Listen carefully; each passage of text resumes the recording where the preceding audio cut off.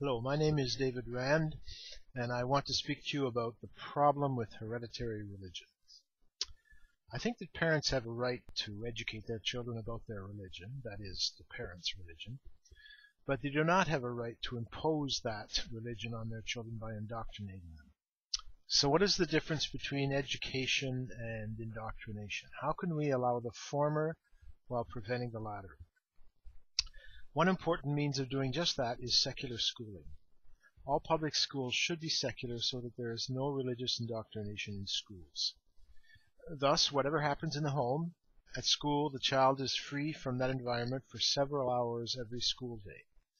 This may not be enough to end all indoctrination, because it can occur still in the home, but it is an absolutely essential starting point.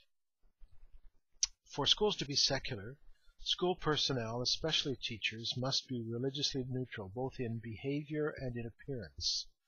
In particular, they must not wear any obvious religious symbols while on the job, especially in the classroom.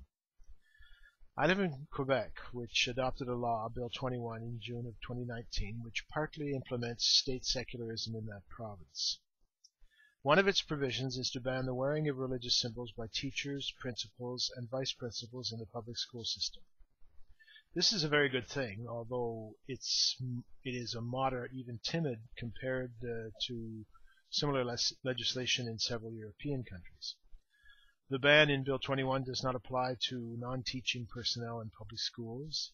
It does not apply to private schools, which in Quebec receive partial public funding, and it does not apply to child care centers, which is a serious loophole for the obvious reason that very young children, the most vulnerable, are involved. Nevertheless, this modest measure has attracted the ire of adversaries of secularism who have attacked the law in egregious, fanatical, and sometimes dishonest terms. They have even begun a court challenge in an attempt to have this progressive legislation repealed. Bill 21 also bans the wearing of religious symbols by civil servants in positions of coercive authority, police, judges, prosecutors, and prison guards. However, it is the ban involving teachers which is particularly important. Children are a captive audience for hours every school day.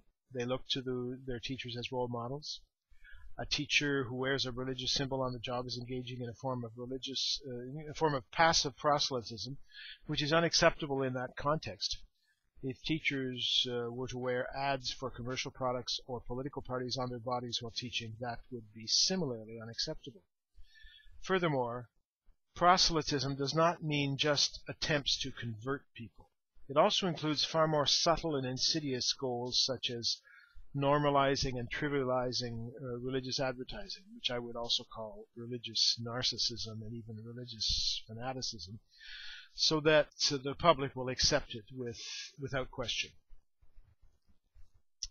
Particularly disturbing is internal proselytism, when the children exposed to the symbol are from families of the same religion as the symbol. For example, the Islamic hijab is a purity symbol which implies that women who do not wear it, especially Muslim women, are impure. If a teacher wears a hijab while the child's mother is a Muslim who does not, that implies that the mother is a bad Muslim and an impure woman. This is a very negative message to impose on that child, and it is a message which is conveyed regardless of the intentions or the mentality of the teacher, because that message is conveyed by what she is wearing.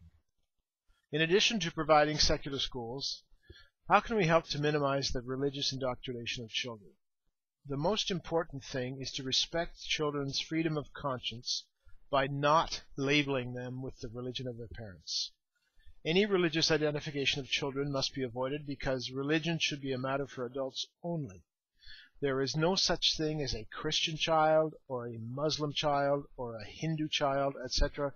There are only children whose parents are Christians, Muslims, Hindus, etc. To label a child with the religion of his or her parents amounts to denying the freedom of conscience of that child. We must allow the child to reach maturity before even considering such labels. In other words, we must stop essentializing religious affiliation as if it were some immutable and unchangeable thing like a physical attribute. Furthermore, there is no such thing as a religious obligation.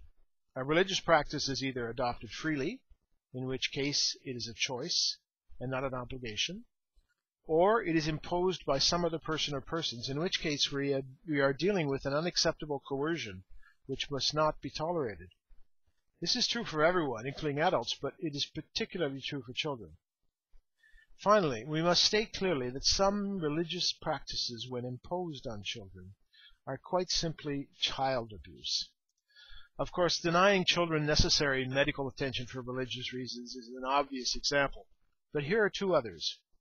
Forcing a child to wear a veil for extended periods of time is a threat to that child's mental and physical health, and an impediment to socialization with other children. And forcing a child to fast during the day when they need food to be able to learn and participate in school activities is a danger to the child's physical health and an impediment to learning. Thank you.